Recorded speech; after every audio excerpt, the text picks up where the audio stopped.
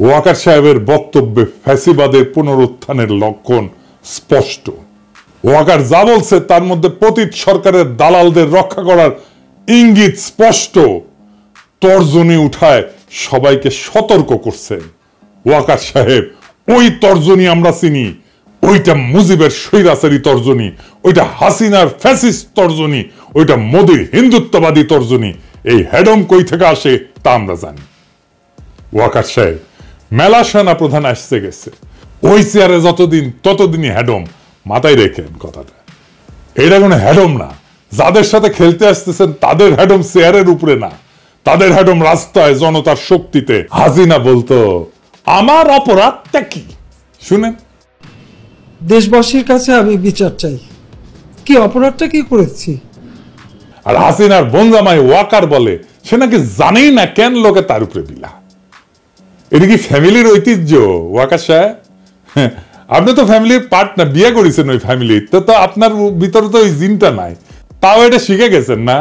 তো ওয়াকার সাহেব একদিন আমরা যে এত কিছু কইলাম তখন আপনি কইছিলেন কানের মধ্যে কি তুলা দিয়ে রাখিছিলেন নাকি বিপ্লবী ছাত্র জনতার গণ দাবির প্রতি আপনার কোনো শ্রদ্ধা নাই? অবশ্য না থাকাটা স্বাভাবিক, আপনি তো বাংলাদেশে এই মুহূর্তে পতিত স্বৈরাচার হাসিনা শেখ পরিবারের শেষ ব্যক্তি যে বাংলাদেশে আছে, তাই দেশের স্বার্থে এই বিষয়ে কথা বলা দরকার। আমি ওয়াকার সাহেবকে কিছু প্রশ্ন করব, সবকও দেব। আপনার যদি হেডম থাকে ওয়াকার সাহেব, তাইলে অনুরোধ করব আমার সব প্রশ্নের উত্তর সংবাদ সম্মেলন করে দিবেন, নাইলে জাতি বুঝে নেবে জুলাই বিপ্লবের পর নতুন বাংলাদেশ বিনির্মাণে আপনার অবস্থান কি। চলেন আল্লাহর নামে শুরু করি। মানে হইলো এই বেয়াদবির জন্য ওয়াকারের 14 বছর সশ্রম কারাদণ্ড হওয়ার বিধান আছে। তার মানে আয়না ঘরের জন্য 14 বছর, আইন বহির্ভূত গ্রেপ্তারের জন্য 2 বছর, আর বেয়াদবির জন্য 14 বছর, মোট 30 বছর সাজা জেনারেল সাহেবের প্রাপ্য। তো স্যার এই 30 বছর আপনার হাসিনার অনেক লেসপেন্সারকে সাথে পাইবেন, তাদের সাথে জেলে বৈশা দেশ গড়ার আলাপ করেন। আপনার শুভকামনা জানাইলাম আগে থেকেই। আরো ইস্যু আছে, একদিন আর কইলাম না, আপনার হার্টের সমস্যা তো একদিনে মেলা চাপ দিলাম না আর কি। আবার কইমুনি এই সেকেন্ড এপিসোডে আর কি কি আপনার প্রতি আসিচ্ছে। ওয়াই সাহেব আপনি আজকে আমাদের উপদেশ দিলেন, বললেন যে আপনার উপদেশ শুনলে দেশবাসীর লাভ হবে, তা তো ভালোই। তো দেশ কিভাবে চলবে সে উপদেশ দেওয়ার আপনি কেডা? আপনি কোন তালে বর্মিয়া? সেনাবাহিনীর কাজ কি দেশে পলিসি নির্ধারণ করা? দেশ পরিচালনার দায়িত্ব সরকারের আর সিভিল প্রশাসনের। আপনারা মাঠে আছেন ইন এইড টু সিভিল পাওয়ার, আপনারা হলেন দেশের পাহারাদার, পাহারাদারই থাকেন। আপনি বলেন সেনাবাহিনী ডিসিপ্লিন ফোর্স, তো আপনার নিজের ডিসিপ্লিন কই? আপনার নিজের ডিসিপ্লিন কোথায় বলা আছে সেনাপ্রধান দেশবাসীকে পরিচালনার উপদেশ দিতে পারে? এটা কি আপনার কাজ? 2 নাম্বার, আপনি যদি জনগণকে ভয় দেখান এই বলে যে ডিসিপ্লিন ফোর্সকে অন্য পথে পরিচালনা করবেন না, কি বুঝাইতে চাইলেন? আপনি ক্ষমতা দখল করবেন, দখল করে দেখেন আপনার অবস্থা তো খালেদ মোশাররফের চাইতে খারাপ হবে। সেই ভবিষ্যৎবাণী ছাত্র জনতার পক্ষ থেকে কয়ে দিলাম। আপনি হাসিনার ফুয়াতো বোনের জামাই হওয়ার পরেও এই জাতি আপনাকে সেনাপ্রধান রাখিছে, কারণ আমরা সেনাবাহিনীকে বিতর্কিত করতে চাই না। আপনি সেনাবাহিনীকে বিতর্কিত করেছেন আপনার বক্তব্য দিয়া। সেনাবাহিনীকে বিভ্রান্ত করবেন না ওয়াকার সাহেব, নইলে জনতার রোশানলে পড়া ইতিহাসের প্রথম সেনাপ্রধান আপনি হবেন। এ বিষয়ে সাবধান কইরা দিলাম। আপনি গেছেন বিডিআর হত্যাকাণ্ডের শহীদদের স্মরণে নবঘোষিত শহীদ সেনা দিবসের অনুষ্ঠানে, তাই না? এখানে গিয়ে বলবেন কিভাবে সেনাবাহিনী আগামীতে এরকম ঘৃণ্য হত্যাকাণ্ডের সম্ভাবনাকে প্রতিহত করবে। আপনি তো উঠে গেছিলেন, হ্যাঁ আপনি যখন মেজর আছিলেন, তাই না? ভেতরে মারা যাচ্ছে, আপনি তো কিছুই করেন নাই। আপনার বস ব্রিগেডিয়ার হাকিম নানক আর মির্জা আজমের সাথে ঘুটু করিচ্ছে দেখা যায়। হ্যাঁ আপনি বলবেন কিভাবে বিদ্রোহ ক্ষতিগ্রস্ত পরিবারের পাশে দাঁড়াবেন, তা না করে আপনি নিজের প্রচারণা চালাইলেন, সেনাবাহিনীর অপকর্ম ঢাকার চেষ্টা করলেন, জাতিকে থ্রেট দিলেন। এত সাহস কই পান ওয়াকার সাহেব? ইন্ডিয়া থেকে নতুন অফার পেয়েছেন? হ্যাঁ ভালো। বিডিআর হত্যাকাণ্ডের বিষয়ে ফুল স্টপ টেনে আপনি বিচার প্রক্রিয়াকে শুধু প্রভাবিত করলেন না, বরং এমন কথা দিয়ে বাইরের এবং দেশের ভিতরের শত্রুদেরকে সেফ এক্সিট দিলেন। আওয়ামী লীগের তাপস, নানক, গং যারা এই বিদ্রোহে গোপন এজেন্টের কাজ করছিল তাদের সেফ এক্সিট আপনি দিলেন, কারণ আপনি ওই সময় উপস্থিত ছিলেন। আপনার বস নানক আজমের সাথে ঘুটু করিচ্ছে, ওই আপনার বস আপনারও পাশে দাঁড়িয়ে আছে, দেখেছেন? বিডিআর বিদ্রোহের সময় যে সমস্ত সেনাবাহিনীর কর্মকর্তাকে চাকরিচ্যুত করা হয়েছিল, আয়না ঘরে না হয়েছিল, তাদের বিষয়ে আপনি আজকে কোনো কথা বললেন না কেন? নাকি তাদেরকে আমরা লাইভে এনে কিভাবে আপনার হাসিনা আর জেনারেল তারেক সিদ্দিকী বিডিআর হত্যাকাণ্ডের তদন্তের রিপোর্ট বদলে দিছিল তা প্রকাশ করে দিব। অনেক রেকর্ড আমাদের কাছে আছে। আমরা এই সমস্ত বলি না, কারণ আমাদের সম্মানিত শ্রদ্ধাভাজন বিডিআর হত্যাকাণ্ডের যে কমিশন হয়েছে তার প্রধান উনি কাজ করতেছেন, ওনারা আমরা কাজ করতে দিই। আপনি কইছেন বিডিআর এর সদস্যরা খুন খারাপি করেছে, কিন্তু নিহত সেনা অফিসারের স্ত্রী বলে সে হিন্দিতে কথা বলতে শুনেছে, তার কি হবে? তো পিলখানাতে কখনোই সৈনিকরা এভাবে মানে সমস্ত সৈনিক মিলে এই হত্যাকাণ্ড ঘটাতে পারে না। আমি নিজে সবচেয়ে বড় প্রমাণ। হ্যাঁ, আমার রুমে গিয়েছিল হিন্দি ভাষীরা। বিডিআরের আমার হাজবেন্ডের সাথে আমি 3.5 বছর ছিলাম পিলখানাতে, আমি বিডিআরে।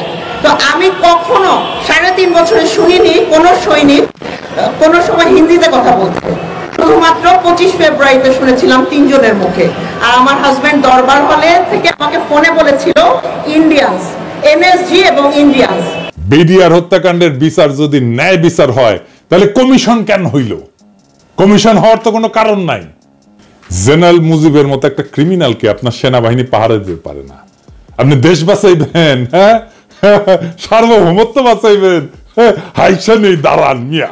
তোয়াগা সাহেব কোর্ট মার্শাল কই তা না কইরা আপনি কমিশনের কাছে বাধা দিচ্ছেন, নাকি হুকুমের আসামি হিসেবে ফাইসে যাওয়ার ভয় দেখতেছেন? অনেক সুযোগ দিচ্ছি আপনারে। আপনি দেশের কাজ না কইরা হাসিনার, ইন্ডিয়ার আর আওয়ামী লীগের পুনর্বাসনের জন্য কাজ করতেছেন। তা আপনি তো ফিজিক্যালি আনফিট, আপনার হার্টের নাকি সমস্যা। তো কি সমস্যা? আপনি কিভাবে সেনা প্রধান হয়েছেন তা কি আমরা জানি না? স্বৈরাচারের আত্মীয় কোটায় আপনি সেনা প্রধান হয়েছেন, হাসিনার আত্মীয় কোটায়। আপনাদের নিরপেক্ষ ভোট দিয়ে স্বাস্থ্য পরীক্ষার আহ্বান জানাইতেছি। দেশের সার্বভৌমত্ব আপনার মতো দুর্বল হৃদয়ের ভারতবাদী সেনা প্রধান দেওয়া হবে না। ভয় আমরাও দেখাইতে পারি, ভয় আমাদের চিরজীবনই দেখাইছে। হ্যাঁ, ভয়ে ভয়ে ভয় জীবনটাই কেটে গেছে। ভয় হাসিনাও দেখাইছিল, ওই ভয় আমাদের দেখায় না। খাড়া হইয়া দাঁড়াইতে পারেন না, দুর্বল হাট, মোটা ভুড়ি, আবার ডর দেখান। হ্যাঁ, আসলে ডরাইছি। আপনি তো হাসিনারে তেলাইতে তেলাইতে জীবন নষ্টাগত। শহীদ সেনা দিবসের বক্তব্যে বললেন আমার সাথে ডক্টর ইউনূসের কথা হয়েছে। তো মাননীয় প্রধান উপদেষ্টা কি আপনার খালু লাগে? শাশুড়িকে তো আম্মা দেখতেন। এখন সম্মানের এত অভাব কেন? সরকারকে মানতে ইচ্ছা করে না, নাকি সরকার পছন্দ হয় নাই? আমাদের জনগণের আপনাকে পছন্দ ছিল না। প্রফেসর ইউনূসের কারণে আপনারা তো আমরা কিছু বলি নাই, কিন্তু আপনার স্বভাব তো আওয়ামী লীগের মতো। আসেন, আপনারা মিলিটারি একাডেমি শিখাইতে যেটা পারে নাই তা আজকে শিখাই দিই। আসেন ওয়াকার সাহেব, আপনারা এনা ক্লাস নেই।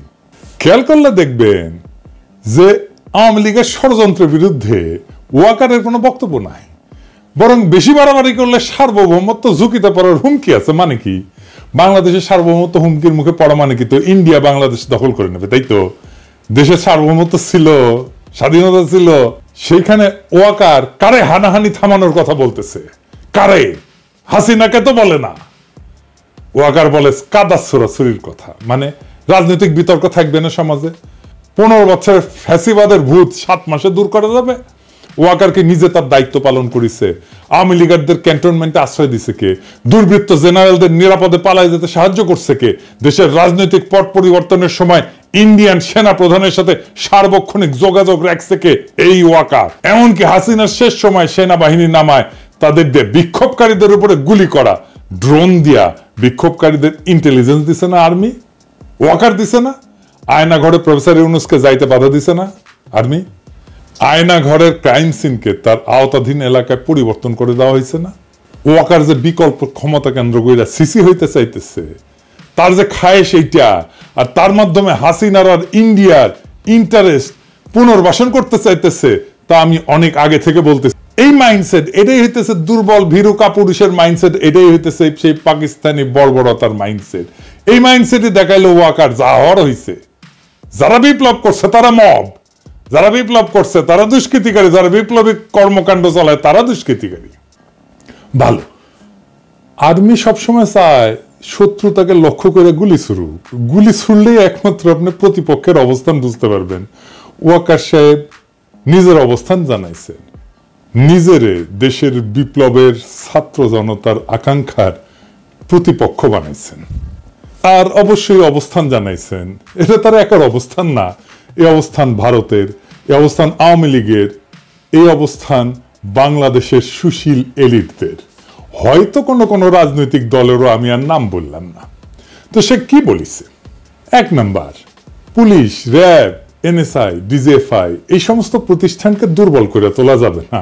এই সমস্ত প্রতিষ্ঠানের সদস্যদের বিচারের প্রশ্নটা এদেরকে দুর্বল না কইরা সমাধান করা লাগবে।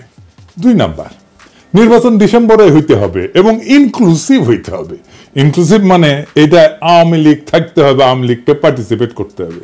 3 নাম্বার, বিডিআর বিদ্রোহের বিচার যা হয়েছে ঠিকঠাক হয়েছে, এটা নিয়ে আর আগানো যাবে না।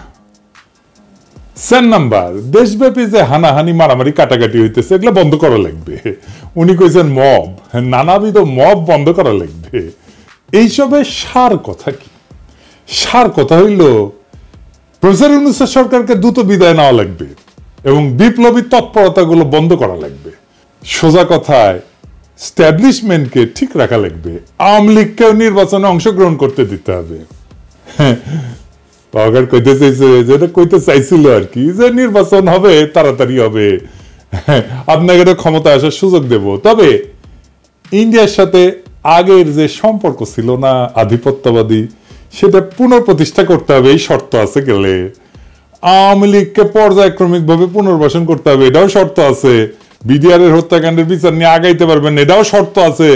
অন্য সকল বাহিনীর বিরুদ্ধে চলমান তদন্ত বন্ধ করতে হবে, এটা আর একটা শর্ত। আর সেনাবাহিনীর আয় ব্যয়ের যে হিসাব টিসাব আছে না, এগুলোর গোপনীয়তা রক্ষা করতে হবে, এটা এটার সত্য।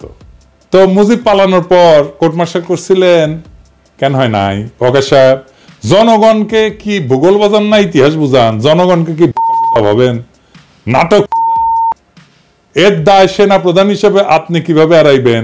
আপনার নাটকের ব্যাপারে সেজানের গানের লাইন বলে দিতেছি। তো দালাল রে, মায়ের রে, মাইরা দেশের বাইরে, মেসেজ ক্লিয়ার, ফুল স্টপ। আমাদের চুপ রাখতে পারবেন না, আমরা কথা বলবোই। তা এইভাবে আইনের ভিত্তিতে বলবো, আইন দেখায় দেখায় বলবো। প্রিয় সৈনিকেরা, দেখেছেন আপনার জেনারেল কি করেছে? দেখেছেন? দেখেন, আপনি কইছেন যে আমরা যেন সেনাবাহিনীকে বিতর্কিত না করি। আমরা আপনাকে বলতেছি, আপনি ইন্ডিয়ার দালালি করার জন্য সেনাবাহিনীকে বিতর্কিত করেন না। আয়নাঘর পরিদর্শনে প্রধান উপদেষ্টার কে বাধা দিছে? আপনি। গুম কমিশনের কাছে কে বাধা দিছে? আপনি। র্যাবের টিএফআই সেলে আন্তর্জাতিক অপরাধ ট্রাইব্যুনালের চিফ প্রসিকিউটরের পরিদর্শনের সময় টাইম মোয়া পাওয়া গেছে। আপনার সেনাবাহিনী কখন ফেলতেছিল? এই সেলটা আপনাদের সেনাবাহিনীর লোকদের পরিচালনা করা হইতো, তাই না? হিসাব করে কথা কইবেন ওয়াকার সাহেব। আপনারা সিল মারার টাইম এসে গেছে। আয়না ঘরের মতো যে সমস্ত টর্চার সেল আপনি সেনাবাহিনীতে রাখিছেন বা এদের মূল হাতদের রক্ষা আপনার যে ভূমিকা, সে বিষয়ে আর্মি অ্যাক্টের 1952 ধারা 51-তে কি কওয়া আছে ইংরেজি?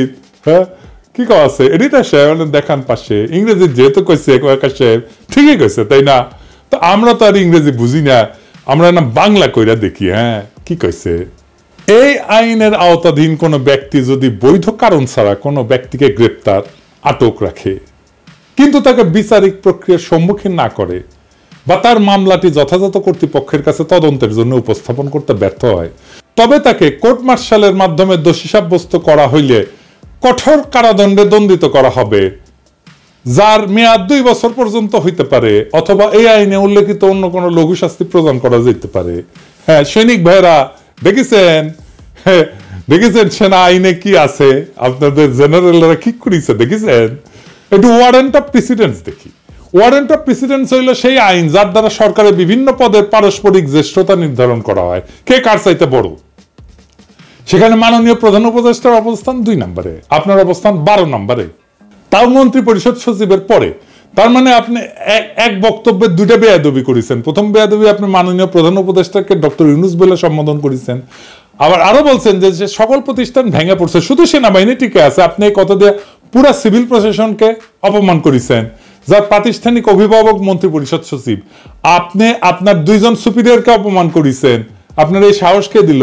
ওয়ারেন্ট অফ প্রেসিডেন্স ভাঙার এইটা আপনি চাকরি বিধি লঙ্ঘন করেছেন। আর্মি অ্যাক্ট 1952 ধারা 33 মতে, ইংরেজি যেহেতু কইছে ঠিকই কইছে, তাই না? পাশে লিখে দেন। তো আমরা তো ইংরেজি বুঝি না, আমরা না বাংলা কই, তাই না? আজ আরো জিনিস কম তো ওয়াকার সাহেব, আপনার বাবা তো একটা শ্রদ্ধাভাজন আইনজীবী ছিলেন, বিচারকা ছিলেন, তো আপনি আইনের কিছুই তো শিখেন নাই। আপনার বাপেরও যদি কিছু শিখলেন নি, তাও না কাম হইলেনি। তো এই এলাকা আছে, এই আইনের আওতাধীন কোন ব্যক্তি যদি তার ঊর্ধ্বতন কর্মকর্তার, যিনি মাননীয় প্রধান উপদেষ্টা এবং মন্ত্রিপরিষদ সচিব, যারা ব্যক্তিগতভাবে প্রদত্ত কোনো বৈধ আদেশ ইচ্ছাকৃতভাবে অমান্য করেন, এতে কর্তৃপক্ষের প্রতি বিদ্রোহের স্পষ্ট প্রমাণ পাওয়া যায় এবং তিনি যদি জেনে বা বিশ্বাস করার যথেষ্ট কারণ থাকে সত্ত্বেও আদেশ অমান্য করেন, তবে তাকে কোর্ট মার্শালের মাধ্যমে দোষী সাব্যস্ত করা হইলে কঠোর কারাদণ্ডে দণ্ডিত করা হবে, যার মেয়াদ 14 বছর পর্যন্ত হইতে পারে, অথবা এই আইনে উল্লেখিত যে কোনো লঘু শাস্তি প্রদান করা যেতে পারে। এইসব বিধানের একটাই সমস্যা, তা হইল যে সেনা আইনের অজুহাত। সেনা প্রধানের উপরে সেনা আইন প্রয়োগ করবে কে, সেটা একটা বড় প্রশ্ন, কিন্তু এর সমাধান আছে। আমার কাছে কাল সব প্রবলেমের সলিউশন আছে। দেশের সর্বোচ্চ আদালত সুপ্রিম কোর্ট, যারা সাংবিধানের ব্যাখ্যা দিতে পারেন, তাই এই সমস্যার সমাধান দিতে পারেন সুপ্রিম কোর্ট। আমি মাননীয় প্রধান বিচারপতিকে অনুরোধ করব, আপনি একটা সুমোটো বা স্বতঃপ্রণোদিত রুল জারি করেন এবং সেনা প্রধানকে ওয়ারেন্ট অফ প্রেসিডেন্স এবং সেনা আইন লঙ্ঘনের বিষয়ে ব্যাখ্যা দিতে আদালতে ডাকেন। বিচার বিভাগ স্বাধীন এবং তার স্বাধীনতা প্রমাণের এটাই সবচেয়ে বড় সুযোগ। আশা করি এই সুযোগ আমাদের মাননীয় প্রধান বিচারপতি নষ্ট করবেন না। প্রধান বিচারপতি একজন দক্ষ এবং যোগ্য মানুষ। আশা করি আপনি বিচার বিভাগের প্রতি জনগণের আস্থা ফিরিয়ে আনতে ছোট্ট কাজটা করবেন। আমাদের দুর্নীতি দমন কমিশনের প্রতি অনুরোধ, 111-এর সময় যত সেনা কর্মকর্তা মাঠে দায়িত্ব ছিল তাদের সম্পদের অনুসন্ধান করেন, সব খুঁজে টেনে টেনে বের করেন। হ্যাঁ, ওইটা সম্পদ ধরে টান দিবেন, সব সোজা, রুলারের মতো সোজা হয়ে যাবে। আওয়ামী লীগের সময় পদোন্নতি পাওয়া কর্নেল র্যাঙ্কের উপরে সবার উপরে অনুসন্ধান চালান। যারা সড়ক এবং জনপদের প্রকল্প পরিচালক ছিল তাদের এই অনুসন্ধানের আওতায় আনেন, দেখবেন অনেক সমস্যার সমাধান হয়ে যাবে। সব সমস্যার সমাধান আছে, বুঝছাও। মন্ত্রিপরিষদ সচিব আর প্রধান উপদেষ্টা মুখ্য সচিব আপনাদের নেতৃত্বে সিভিল প্রশাসনকে যে অকার্যকর বলছে তার প্রতিবাদ করেন। আপনাদের দিকে পুরা সিভিল প্রশাসন তাকায় আছে। আপনারা এই প্রথম রাতের নির্বাচনে কুশীলবদের চাকরিচ্যুত করছেন, এতে প্রশাসনের সম্মান বাড়ছে। আর্মি চিফের এমন লজ্জাজনক মন্তব্যের প্রতিবাদ করেন। আমরা এই ক্ষেত্রে সিভিল প্রশাসনের পক্ষে জনতা তার সেবকদের সম্মান দিতে চায়। জুলাই বিপ্লবের গণহত্যায় যে বাহিনী জনগণের উপর গুলি চালাইছে তাদের থেকে দেশ গঠন আর সার্বভৌমত্বের লেকচার 5ই আগস্টের পর নতুন বাংলাদেশের সবচেয়ে বড় প্রহসন। ওয়াকার সাহেব, আপনি দুর্বল হৃদয়ের মানুষ, হারকুলিস হইতে যায় না। রাজনীতির মাঠ বড় পিচ্ছিল, এখানে খেলা অত সহজ না। 18 বছর থেকে আপনি যখন লেফট রাইট করেছিলেন তখন আমরা রাজনীতির রাজা উজির মারি। বাংলাদেশে ইন্ডিয়ার লেসপেন্সারি করার কোন দল, কোন ইনস্টিটিউট টিকতে পারবে না, ফুল স্টপ, পিরিয়ড। হাসিনা পারেনি, পুলিশ র্যাব বিজিবি পারেনি, সেনা শাসনের ডট দেখায় না। ইন্ডিয়ান পাওয়ার কলিকাতা হারবাল খেয়া বীর ছাত্র জনতাকে ডট দেখাইতে আসবেন না। খালেদ মোশাররফ কলে হইপার থেকে ডাক দিবে, উইও হারকুলিস হবার ছিল ইন্ডিয়ান সালসা খাইয়া। আবার আওয়ামী শাসন ভারতীয় আধিপত্যবাদ ফিরে আনতে চাইছিল, ওই ইতিহাস রিপিট করতে চাইলে স্বাগতম। আপনি যে আওয়াজ দেন আমরা দেশে ফিরলে সামলাইতে পারবেন, হুদাই ফাল পাইলেন না। আমরাও শান্তি চাই দেশে, আমরা স্থিতিশীলতা চাই, কিন্তু কোনোভাবেই ইন্ডিয়ার তালুকদারি আর হাসিনার আওয়ামী লীগের প্রত্যাবর্তনের বিনিময়ে না। ইন্ডিয়ান স্বার্থ পুনর্বহাল আর আওয়ামী লীগের পুনর্বাসনের চেষ্টা করলে আমরাও এর শেষ দেখে ছাড়বো। পরে কইেন না সাবধান করি নাই, সাবধান। আপনার হুমকি আমরাও দিতে পারি, কেন আমরাই জনতার কণ্ঠস্বর, আমরাই দেশের মালিক।